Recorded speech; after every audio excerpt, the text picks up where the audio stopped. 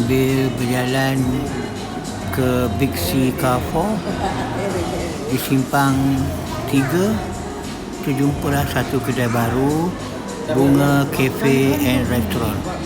So kami dinner pada waktu malam.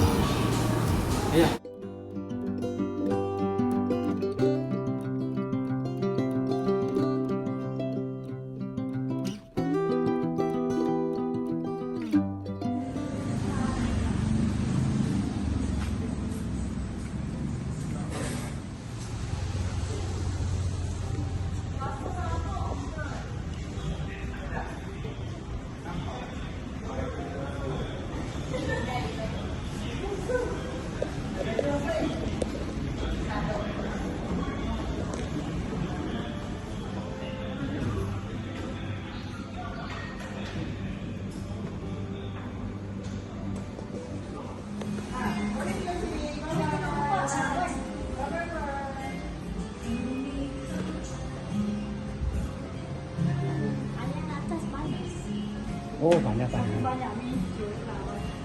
Banyak tempat yang macam Letak gambar tak apa. Gambar kat depan.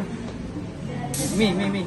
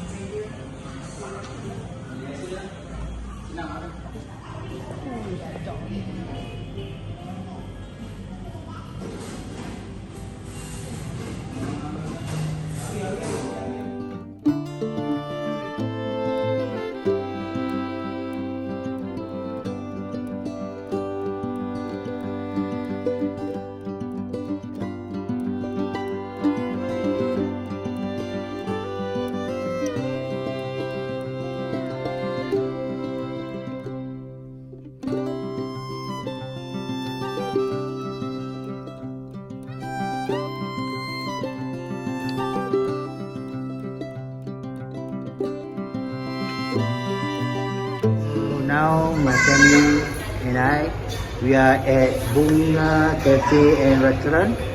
So sudah berapa lama kedai ni? setahun.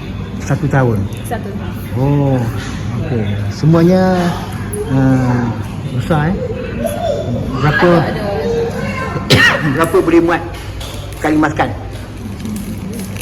500. 500. Bas pelancong banyak datang sini. Bas boleh. 7 bas, 10 bas. Masa banjir dah buka dah? Masa banjir. Dah buka pukul 10 pagi. Oh, okey.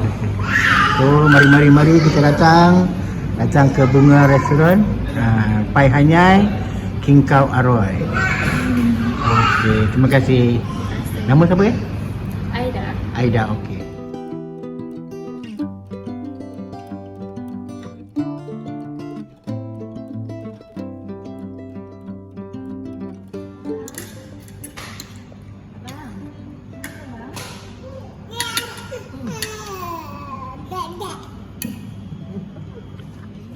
Biasanya kedai ni kan ikannya siap dah dipotong, isinya dia letak di bawah-bawah. Itu isi dia. Yang cara cantik lah. Temikai dia pun temikai mango dia pun presentation dia baik. Ni tu dah potong no. Pudi bang.